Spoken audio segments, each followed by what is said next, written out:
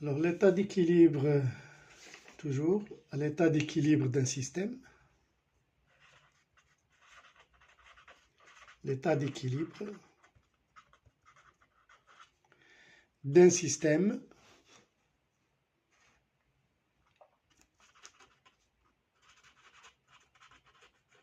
chimique. Voilà. Alors, nous avons vu comment écrire le quotient de la réaction en général, puis le quotient de réaction à l'équilibre. Comment le calculer par conductimétrie. Bon, maintenant, une autre grandeur, toujours à l'équilibre, qui s'appelle la constante d'équilibre.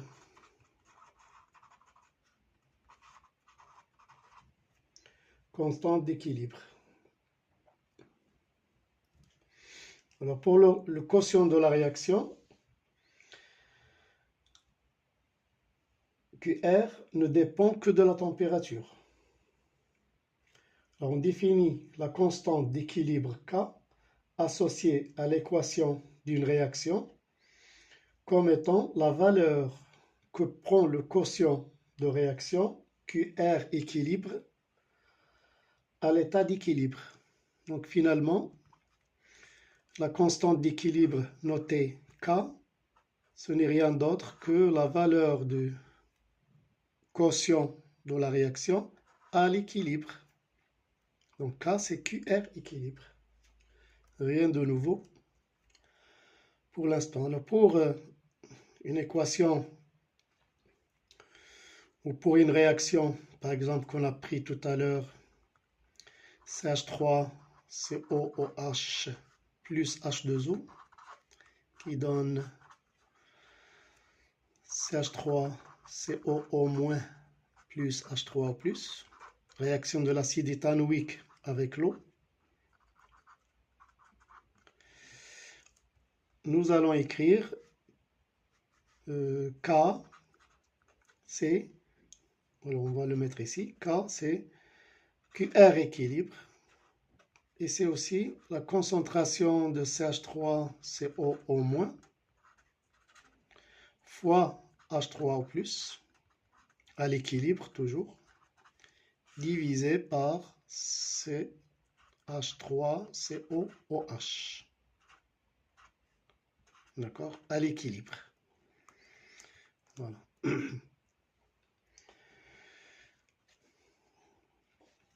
Toujours les produits divisés par les réactifs. Dans ce sens.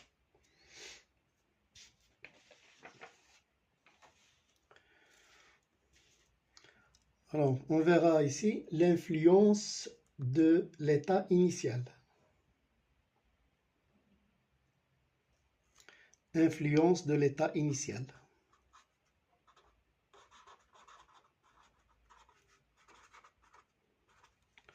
De l'état initial. Alors, influence de l'état initial sur quoi? Sur le taux d'avancement de la réaction. On prend la même réaction ici. Si on met alors CH3COOH plus H2O qui donne CH3CO- plus H3O+, aqueux toujours. Alors nous avons vu tout à l'heure que à l'état d'équilibre, c'est ce qui nous intéresse, ici nous aurons CV moins X équilibre à l'état d'équilibre, T équilibre. Ici, excès, utilisé en excès, X équilibre, X équilibre. D'accord? Alors, pour X maximum, on considère que l'acide éthanoïque est limitant puisque l'eau est en excès.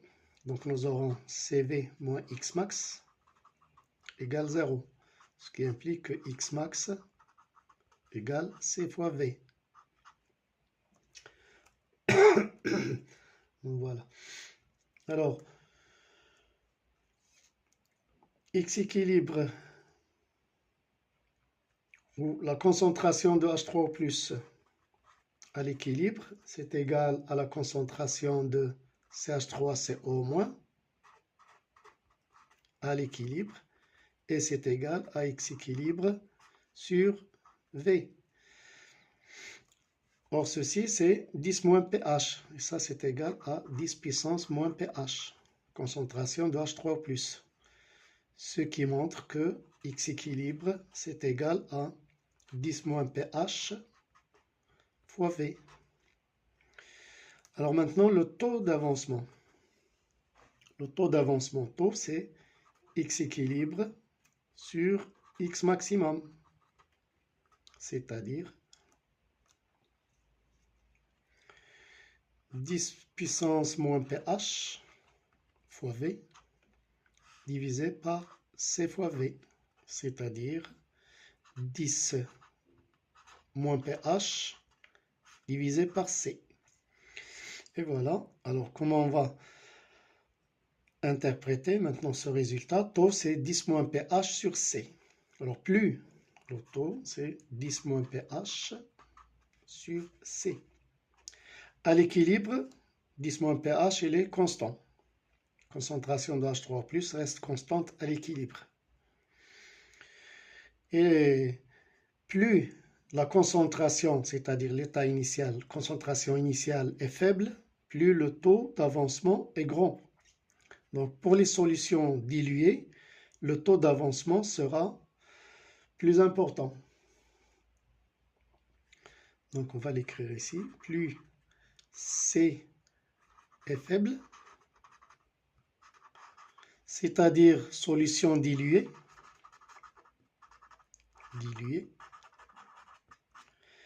plus le taux d'avancement est grand, c'est-à-dire plus l'acide est dissocié dans l'eau. Si on utilise des solutions diluées de faible concentration, la dissociation dans l'eau sera plus importante. Voilà l'influence de l'état initial, de la concentration initiale. Alors maintenant, influence, comment? Influence de la constante d'équilibre. Constante d'équilibre. K. Alors pour K, on va écrire son expression.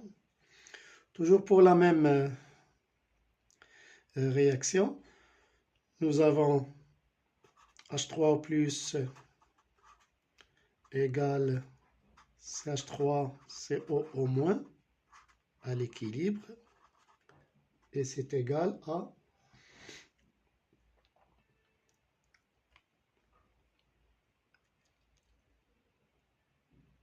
X équilibre sur V. Voilà. Nous avons aussi X maximum égale C fois V, et nous avons taux, alors taux, c'est X équilibre sur C fois V. Ce qui montre que X équilibre, c'est égal à taux CV. Alors si on remplace ici, ça devient, alors taux CV divisé par V, c'est-à-dire taux fois C. Alors H3+ égale CH3CO- égale taux fois C. Bien. Pour la concentration de CH3COOH à l'équilibre, c'est, on a vu, CV moins X équilibre, c'est-à-dire moins taux fois C, divisé par V. Alors, c'est-à-dire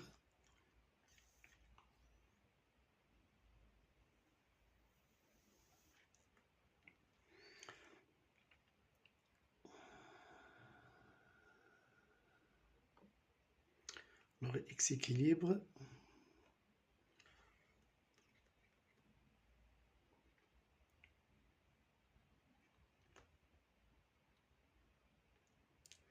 Voilà, c'est ça. Taux C fois V, c'est bon.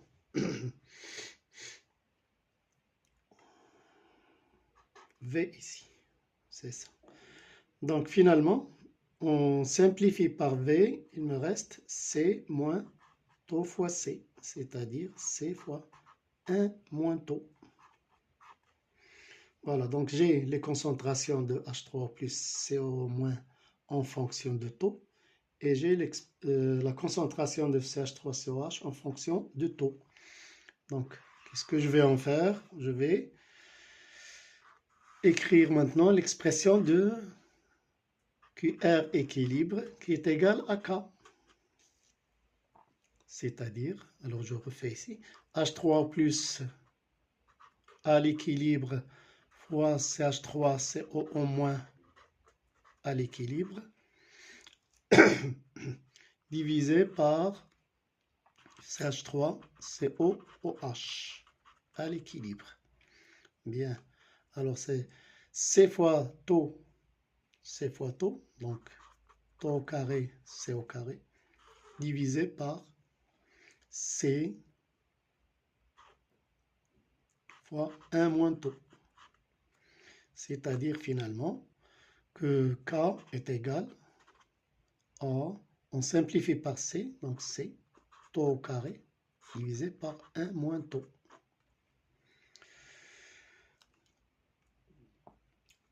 Alors cette expression montre que le taux d'avancement de la réaction dépend de la constante d'équilibre K. Ils sont liés. Plus la constante d'équilibre K est grande, plus le taux d'avancement de la réaction est élevé. Ils sont là proportionnels. Taux au carré et là K. Degré proportionnalité. Donc ici, plus K est grand, plus taux est grand. Voilà comment influe la constante d'équilibre sur la dissociation de l'acide ou en général sur le taux d'avancement de la réaction. Plus K est grand, plus le taux d'avancement est grand. Voilà. Pour la concentration, plus la concentration est faible, plus taux est grand. Concentration initiale. Voilà. Alors si K est supérieur à 10 puissance 4, on considère que la réaction est totale.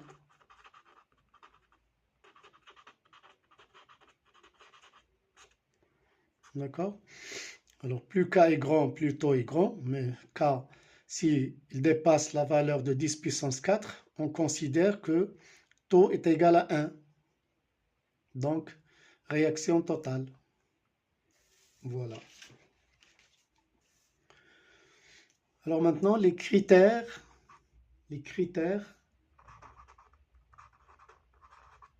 d'évolution d'un système.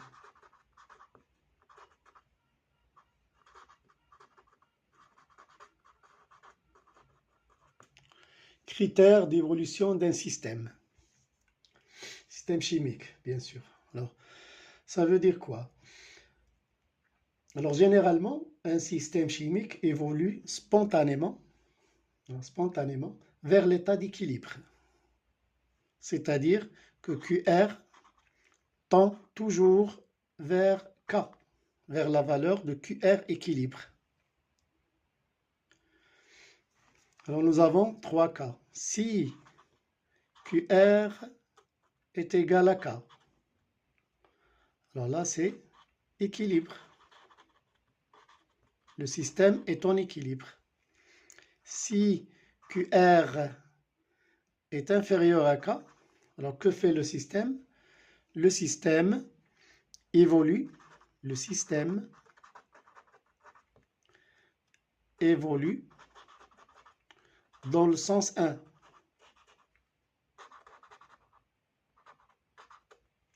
Le sens 1,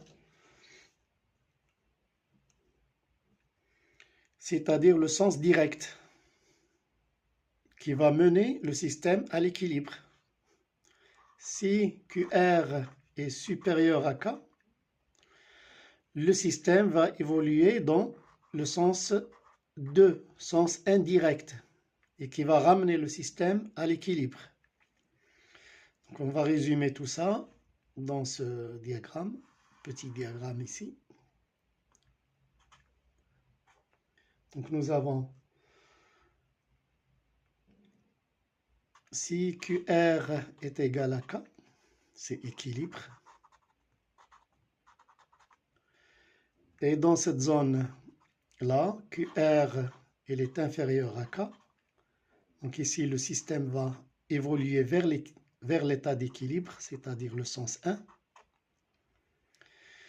Si dans cette zone QR elle est supérieure à K, eh bien, le système va toujours évoluer vers l'état d'équilibre. Et là, c'est le sens indirect, sens 2. Voilà. Donc, comment prévoir l'évolution d'un système?